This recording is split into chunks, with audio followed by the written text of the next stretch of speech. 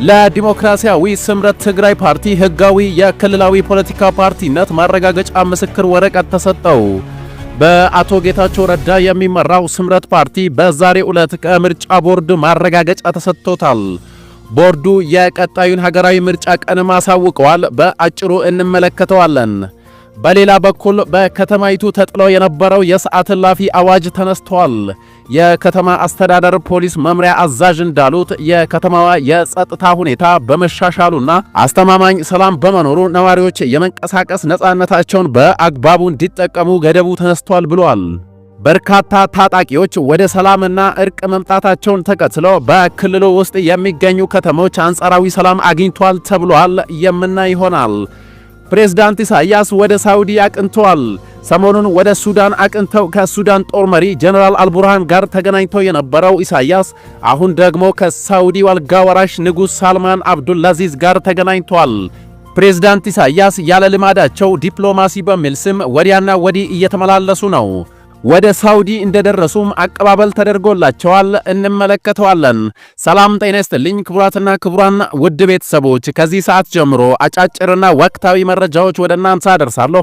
ሌሎች አዳዲስ መረጃዎች እንዲደርሳችሁ ከታች ይህን ቻናል ሰብስክራይብ በማድረግ እስከ መጨረሻው አብራችሁን ቆዩ እላለሁ።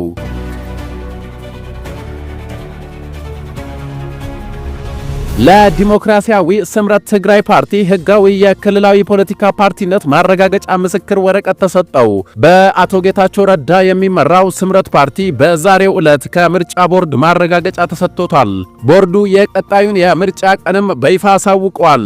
ባለፈው ጊዜ ስምረት ፓርቲ ለምርጫ ቦርድ የምዝገባ ደብዳቤ ማስገባቱ የሚታወስ ሲሆን በዚህ መሰረትም የኢትዮጵያ ብሔራዊ ምርጫ ቦርድ ለዲሞክራሲያዊ ስምረት ትግራይ ወይም ስምረት ፓርቲ ህጋዊ የክልላዊ ፖለቲካ ፓርቲነት ማረጋገጫ ምስክር ወረቀት ሰጥቷል። ምርጫ ቦርድ በአዋጁ በተሰጠው ስልጣን መሰረት ስምረት ህጋዊ የክልላዊ ፖለቲካ ፓርቲነት ማረጋገጫ የምስክር ወረቀት በህዳር 29 ቀን 2018 ዓ.ም መሰጠቱን አስታውቋል። ከዚህ በተጨማሪም የኢትዮጵያ ብሔራዊ ምርጫ ቦርድ ቀጣዩ 7ኛው ጠቅላላ ምርጫ የጊዜ ሰሌዳ ይፋ አድርጓል። በዚሁ መሰረት የምርጫ ድምጽ የሚሰጥበት ቀን ግንቦት 24 ቀን 2018 ዓ.ም እንደሆነ የጊዜ ሰሌዳው አመላክቷል።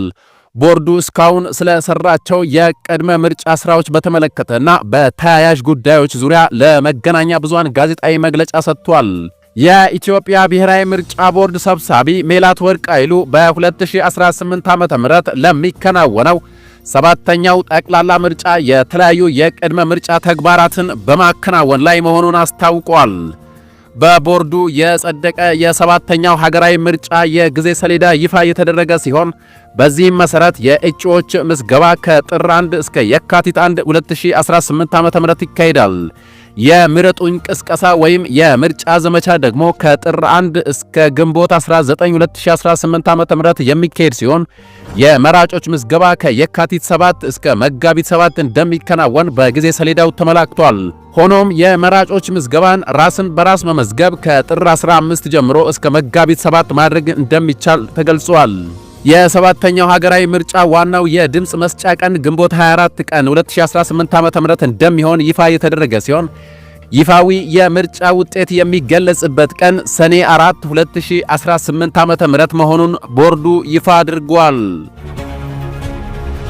በሌላ በኩል በከተማይቱ ተጥለው የነበረው የሰዓት እላፊ አዋጅ ተነስቷል። የከተማ አስተዳደር ፖሊስ መምሪያ አዛዥ ኮማንደር አንተነ እንዳሉት የከተማዋ የጸጥታ ሁኔታ በመሻሻሉና አስተማማኝ ሰላም በመኖሩ ነዋሪዎች የመንቀሳቀስ ነፃነታቸውን በአግባቡ እንዲጠቀሙ ገደቡ ተነስቷል ብሏል። በርካታ ታጣቂዎች ወደ ሰላምና እርቅ መምጣታቸውን ተከትሎ በክልሉ ውስጥ የሚገኙ ከተሞች አንጻራዊ ሰላም አግኝቷል ተብሏል። በአማራ ክልል ሁለተኛ ትልቋ ከተማ የሆነችው በጎንደር ከተማ ተጥሎ የነበረው የሰዓት እላፊ ገደብ ተነስቷል። በዛሬው ዕለት በአማራ ክልል ጎንደር ከተማ አስተዳደር ፖሊስ መምሪያ በከተማዋ ተጥሎ የነበረው የሰዓት እላፊ የእንቅስቃሴ ገደብ ተነስቷል በማለት አሳውቋል። የጎንደር ከተማ አስተዳደር ፖሊስ መምሪያ አዛዥ ኮማንደር አንተነ ቴዎድሮስ እንዳሉት የከተማዋ የጸጥታ ሁኔታ በመሻሻሉና አስተማማኝ ሰላም በመኖሩ ነዋሪዎች የመንቀሳቀስ ነፃነታቸውን በአግባቡ እንዲጠቀሙና ህብረተሰቡ ያለምንም የጸጥታ ስጋት 24 ሰዓት መንቀሳቀስ የሚችልበት ሁኔታ ተፈጥሯል ብለዋል። የማታ አገልግሎት የሚሰጡ ባለ 3 እግር ተሽከርካሪዎችን ጨምሮ 24 ሰዓት መንቀሳቀስ እንደሚችሉ ጠቅሷል። የሰዓት እላፊ ገደብ መነሳቱን በተመለከተ ለጸጥታ አካላት ግንዛቤ ተፈጥሯል ያሉት ፖሊስ አዛዡ በመጪው ጥር ወር በከተማዋ በድምቀት ለሚከበረው የጥምቀት በዓል የሚመጡ እንግዶችን ለመቀበል ከወዲሁ ዝግጅት እየተደረገ መሆኑን ተናግሯል። የከተማዋን ሰላምና ጸጥታ ለማወክ የሚደረግ እንቅስቃሴ ሲያጋጥም ህብረተሰቡ በማንኛውም ጊዜ ለጸጥታ አካሉ ጥቆማ እንዲሰጥ ጥሪ አቅርበዋል። ፕሬዝዳንት ኢሳያስ ወደ ሳውዲ አቅንተዋል። ሰሞኑን ወደ ሱዳን አቅንተው ከሱዳን ጦር መሪ ጀነራል አልቡርሃን ጋር ተገናኝተው የነበረው ኢሳያስ አሁን ደግሞ ከሳውዲው አልጋ ወራሽ ንጉሥ ሳልማን አብዱልአዚዝ ጋር ተገናኝተዋል። ኢሳያስ ያለ ልማዳቸው ዲፕሎማሲ በሚል ስም ወዲያና ወዲህ እየተመላለሱ ነው። ወደ ሳውዲ እንደደረሱም አቀባበል ተደርጎላቸዋል። የኤርትራው ማስታወቂያ ሚኒስተር የማነ ገብረ መስቀል እንዳስታወቁት በሳውዲው ንጉሥ ግብዣ መሠረት ፕሬዝዳንት ኢሳያስ ለሥራ ጉብኝት ለ4 ቀናት ወደ ሳውዲ አቅንተዋል ብሏል። አቶ የማነ ገብረ መስቀል ጨምሮም በኤክስ ገጻቸው ላይ እንዳሰፈሩት በሳውዲ ቆይታቸው ከመንግስት ባለስልጣናት ጋር በሁለትዮሽና በቀጠናዊ ጉዳዮች ላይ ይነጋገራሉ ብለዋል።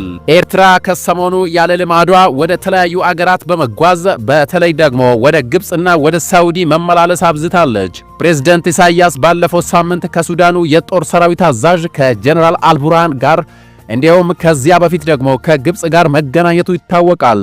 ከቀይ ባህር ይገባኛል ጥያቄ ጋር ተያይዞ ጠቅላይ ሚኒስትሩ በተወካዮች ምክር ቤት ጦርነት ከተነሳ ውጤቱ ግልጽ ነው፣ ነገር ግን ከዚያ በፊት መነጋገር አለብን ማለታቸውን ተከትሎ የኤርትራው ፕሬዝዳንት ወዲያውኑ ወደ ግብፅ አቅንቶ ነበር። ከኤርትራ በተሰሙ አንዳንድ መረጃዎች ለውትድርና የኤርትራ መንግስት ዜጎችን በግድ እየመለመለ እንደሚገኝ አንድ የዜና መጽሔት ይፋ አድርጓል። ከዚህ በተጨማሪም በርካታ የጦር መሳሪያ የጫነ አውሮፕላን ከኢራን ተነስተው አስመራ ማረፉን ከዚህ በፊት ዘግበን ነበር። ይህ የሚያሳየው ፕሬዝዳንት ኢሳያስ ራሳቸውን ለጦርነት እያዘጋጁ ነውም እየተባለ ነው። ከቀይ ባህር ጋር ተያይዘው በኢትዮጵያና በኤርትራ መካከል የተፈጠረው አለመግባባት አሁንም ተጠናክሮ የቀጠለ ሲሆን አሜሪካን ጨምሮ የተለያዩ አገራትም ጉዳዩን ለማሸማገል ጥረት እያደረጉ ይገኛሉ።